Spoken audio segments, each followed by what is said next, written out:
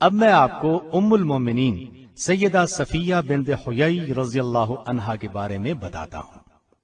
آپ کی ماں کا نام برہ اور آپ کے باپ کا نام حیی بن اخطب تھا۔ یہ سیدنا موسیٰ علیہ السلام کے بھائی سیدنا ہارون علیہ السلام کی اولاد میں سے تھا اور بنو نذیر کا سردار تھا۔ آپ کا پہلا نکاح سلام بن مشکم یہودی سے ہوا۔ سلام نے انہیں طلاق دے دی۔ دوسرا نکاح کنانہ سے ہوا۔ خیبر کے مشہور قلعہ القموس کا سردار تھا۔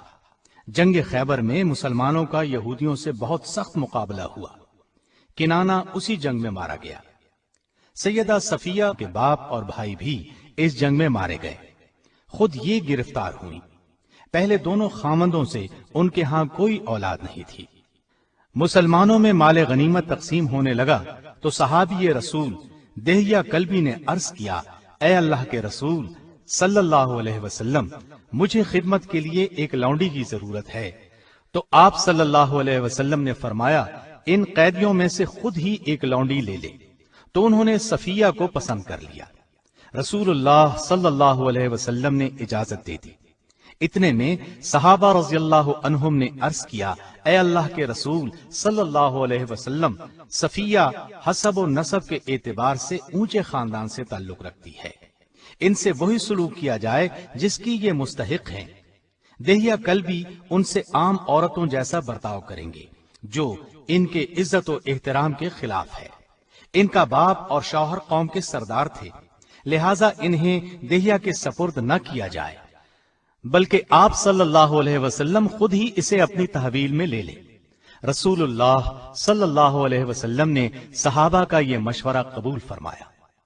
دہیہ کو صفیہ رضی اللہ عنہا کی بجائے ایک اور لونڈی دے دی اور آپ صلی اللہ علیہ وسلم نے صفیہ رضی اللہ عنہا کو آزاد کر کے اس سے نکاح کر لیا۔ یہ واقعہ 7 ہجری کا ہے۔ رسول اللہ صلی اللہ علیہ وسلم نے ان سے خیبر ہی میں نکاح کر لیا۔ خیبر سے چل کر آپ صلی اللہ علیہ وسلم صحابہ کے مقام پر اترے۔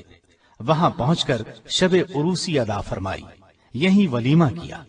ولیمہ اس طریقے سے ہوا کہ چمڑے کا دسترخوان بچھا دیا گیا اور سیدنا انس رضی اللہ عنہ سے فرمایا، جس کے پاس جو کچھ ہے وہ لے آئے۔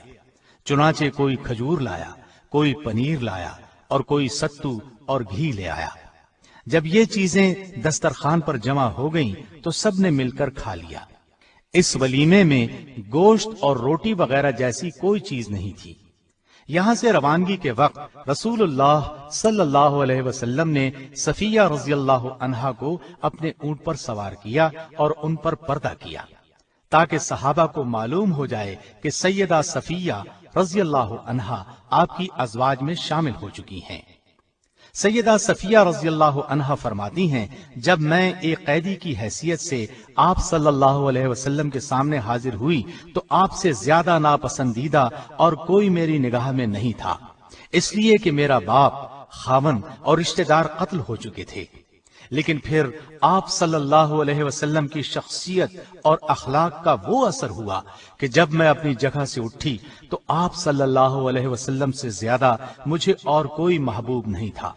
فرماتی ہیں، میں نے نبی کریم صلی اللہ علیہ وسلم سے زیادہ حسن اخلاق کسی میں نہیں دیکھا۔ آپ صلی اللہ علیہ وسلم رات کے وقت خیبر میں میرے ساتھ ایک اونٹنی پر سوار ہوئے۔ مجھے اونگ آ رہی تھی، آپ بار بار مجھے جگاتے کہ کہیں میں گر نہ جاؤں۔ سیدہ صفیہ رضی اللہ عنہا نے رمضان 50 ہجری میں وفات پائی۔ بعض حضرات کے نزدیک سن وفات 52 ہجری ہے۔ جنت البقیع میں دفن ہوئی۔ اس وقت ان کی عمر 60 سال تھی۔ آپ کا قد چھوٹا تھا لیکن چہرے سے حسن و جمال ٹپکتا تھا۔ دیگر ازواج مطہرات کی طرح آپ کا گھر بھی علم و عرفان کا مرکز تھا، چنانچہ دوسرے شہروں سے بھی عورتیں آپ سے مسائل پوچھنے کے لیے آیا کرتی تھیں۔ آپ نہایت عاقلہ، فاضلہ اور حلیم تھی۔ ان میں تحمل اور بردباری کوٹ کوٹ کر بھری ہوئی تھی۔ ایک مرتبہ سیدہ صفیہ رضی اللہ عنہا کی ایک کنیز سیدنا عمر رضی اللہ عنہ کے پاس گئی اور کہا، سیدہ صفیہ رضی اللہ عنہا میں یہودیت کا اثر آج تک باقی ہے اور وہ یوم السبت یعنی ہفتے کے دن کو اچھا سمجھتی ہیں اور یہودیوں کے ساتھ صلہ رحمی کرتی ہیں۔ سیدنا عمر رضی اللہ عنہ نے تحقیق کے لیے ایک شخص کو بھیجا تو سیدہ صفیہ رضی اللہ عنہا نے جواب دیا، جب سے اللہ تعالیٰ نے ہمیں جمعے کا روز عطا فرمایا ہے اس وقت سے میں یوم السبت کو بالکل پسند نہیں کرتی، البتہ یہودیوں کے ساتھ صلہ رحمی کرتی ہوں کیونکہ وہ میرے رشتہ دار ہیں۔ اس کے بعد آپ نے لونڈی کو بلا کر پوچھا، تو نے میری شکایت کس کے اکسانے پر کی؟ اس نے کہا، شیطان کے اکسانے پر۔ سیدہ خاموش ہو گئی، پھر بولی، جاؤ تم آزاد ہو۔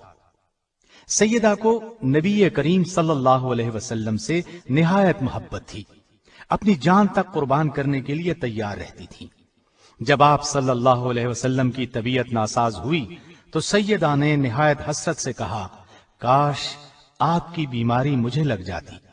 یہ کہنا تھا کہ ازواج مطہرات نے سیدہ کی طرف دیکھنا شروع کیا۔ یہ دیکھ کر رسول اللہ صلی اللہ علیہ وسلم نے فرمایا، اللہ کی قسم صفیہ سچ کہہ رہی ہے۔ مطلب یہ تھا کہ ان کے جذبات واقعی یہی ہیں۔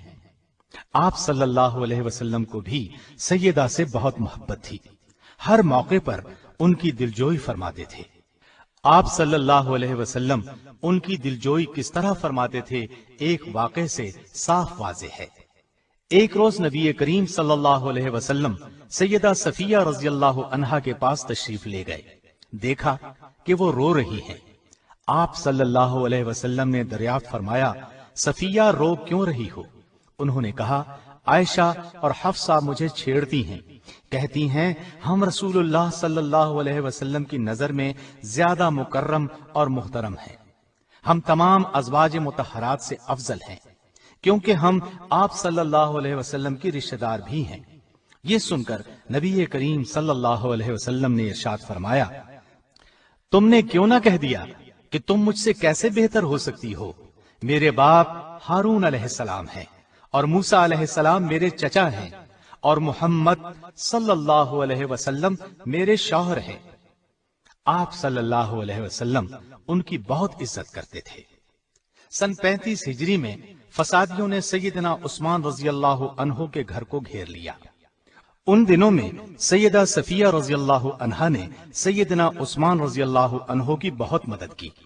جب سیدنا عثمان رضی اللہ عنہ کے گھر میں ضرورت کی چیزیں بھی روک دی گئی، حتیٰ کہ پانی تک اندر نہ جانے دیا گیا، تو سیدہ صفیہ رضی اللہ عنہا اپنے خچر پر سوار ہو کر ان کے مکان کی طرف چل دی۔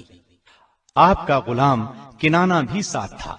مالک اشتر فسادیوں کا ایک سردار راستے میں موجود تھا، اس نے آپ کے خچر کے منہ پر مارنا شروع کیا۔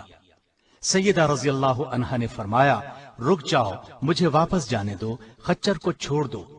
پھر گھر واپس آئیں اور سیدنا حسن بن علی رضی اللہ عنہ کو اس خدمت کے لیے مامور کیا۔ وہ ان کے ہاں سے سیدنا عثمان رضی اللہ عنہ کے پاس کسی نہ کسی طرح کھانا اور پانی پہنچاتے تھے۔ آپ بہت سلیقہ شیار تھی، کھانا نہایت عمدہ پکاتی تھی، نبی اکرم صلی اللہ علیہ وسلم کی خدمت میں بھیجا کرتی۔ اللہ تعالیٰ کی ان پر ہزار ہا رحمتیں ہوں، آمین۔